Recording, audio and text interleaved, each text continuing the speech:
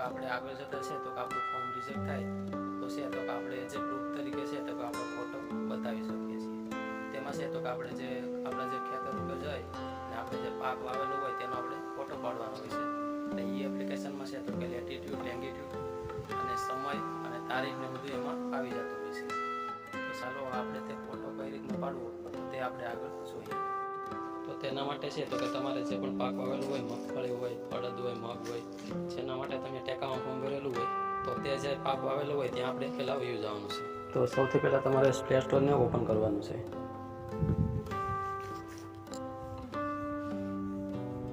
ત્યાર પછી ત્યાં આપણે ટાઈપ કરવાનું છે નોટકેમ.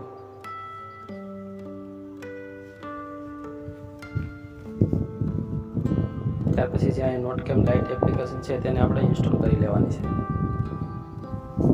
એપ્લિકેશન ઇન્સ્ટોલ થાય ત્યાર સુધીમાં છે તો કે આપણે સેટિંગમાં જઈને લોકેશનને ચાલુ કરી દેવાનું છે. ત્યાર પછી તમારે એપ્લિકેશનને છે તો ઓપન કરી લેવાનું છે. ત્યાર પછી છે તો આપણે ફોનને છે તો કે રોટેટ કરી લેવાનું છે.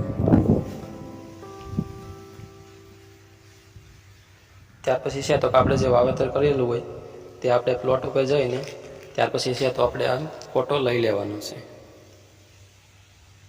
જેવો તમે ફોટો લેશો એટલે અહીં નીચે છે તો કે લેટિટ્યૂડ, લેંગિટ્યૂડ ને બધું આવી જશે. તો હવે છે તો કે આપણે ફોટાને ક્લિક કરી લેવાનું છે.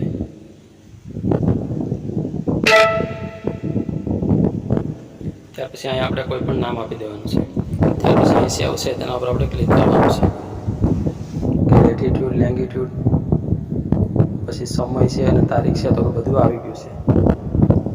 હવે તમારે છે તો કે આ ફોટાને સાચવી લેવાનો છે અને આગળ જ્યારે જરૂર પડે ત્યારે તમારે આ ફોટાને છે તો કે એઝ એ પ્રૂફ તરીકે બતાવી શકો છો. ત્યાર પછી છે તો કે હવે આપણે આ છે તો કે એપ્લિકેશનનું કામ પૂરું થઈ ગયું છે. તો હવે તમારે આ એપ્લિકેશનને છે તો કે ડિલીટ કરી દેવાની છે.